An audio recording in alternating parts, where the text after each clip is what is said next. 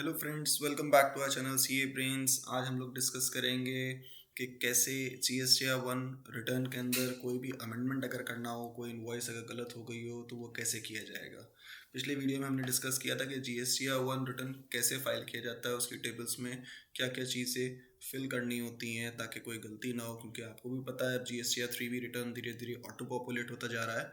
आज हम डिस्कस करेंगे जीएसटीआर 1 रिटर्न के अंदर कोई मिस्टेक हो गई है तो हमारे पास क्या क्या ऑप्शंस अवेलेबल हैं। मैंने पिछले वीडियो में भी बताया था कि आप जीएसटीआर 1 ए रिटर्न फाइल कर सकते हैं अगर आपसे जीएसटीआर 1 रिटर्न के अंदर कोई गलती हो गई है, लेकिन 1 ए रिटर्न फाइल करने की एक लिमिटेशन है कि आप उस मंथ के 3 बी फाइल करने से पहले ही 1 ए रिटर्न को फाइल कर सकते हैं और वो चेंजेस आपको जीएसटीआर 3 बी में रिफ्लेक्ट हो जाएंगे।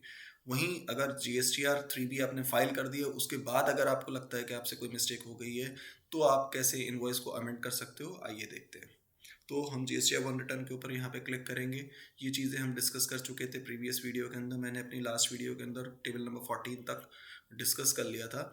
टेबल नंबर 15 के ऊपर आ जाते हैं। टेबल नंबर 15 के अंदर details of supplies made through e commerce operators on which e commerce operator is liable to pay tax under section 9(5). तो यहाँ पे ई कॉमर्स ऑपरेटर जो अपने दो तरीके की सप्लाईज का रिपोर्टिंग यहाँ पे होती है। देखिए, एक तो ये है कि जिसमें हम लोग रिपोर्ट करते हैं अगर हमने सप्लाई कोई करी है ई कॉमर्स ऑपरेटर के थ्रू और e commerce operator liable to collect TCS under section 52 है। तो जैसे कि अमेजोन पे, फ्लिपकार्ट के ऊपर सप्लाई हो रही है तो हम अपनी सप्लाई को यहाँ पे रिपोर्ट करेंगे। वहीं पर अगर ओयो या फिर आप कह सकते हो कि ऊबर वाले ट्रांजेक्शन्स हैं जिसके अंदर ई कॉमर्स ऑपरेटर को ही टैक्स पे करना पड़ता है, तो वो liable to pay tax under section 9(5) report होगी।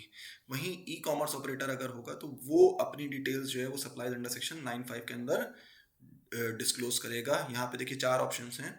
अगर ई कॉमर्स ऑपरेटर, क्योंकि वो एक मीडिएटर है, इंटरमीडियरी है, तो वो उसके ऊपर जो प्लेटफॉर्म के ऊपर लोग आते हैं तो वो रजिस्टर्ड भी हो सकते हैं, अनरजिस्टर्ड भी हो सकते हैं, या फिर कॉम्बिनेशन इनका बन सकता है। तो अगर registered to registered person supply हो रही है तो इस जगह पर डिस्क्लोज होगा।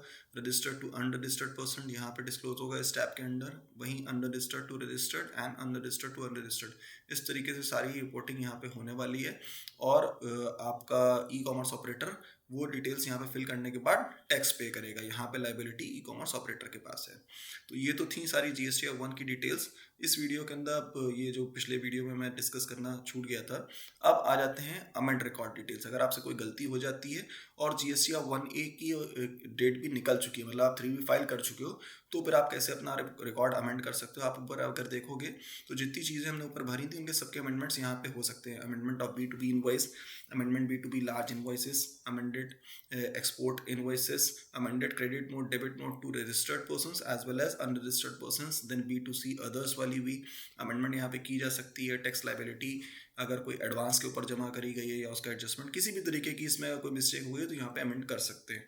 अब आइए एक मैं इसमें आपको शो करके दिखाता हूँ। अमेंडेड B2B इनवॉइस के ऊपर अगर हम क्लिक करते हैं, फाइनेंशियल ईयर 25-26 में अगर हमने सपोज कोई इनवॉइस नंबर 1 किसी को काटी हुई थी, हम उस पर 1 डाल के अमेंड रिकॉर्ड करते हैं तो देखिए इस तरीके से विंडो खुल जाती है।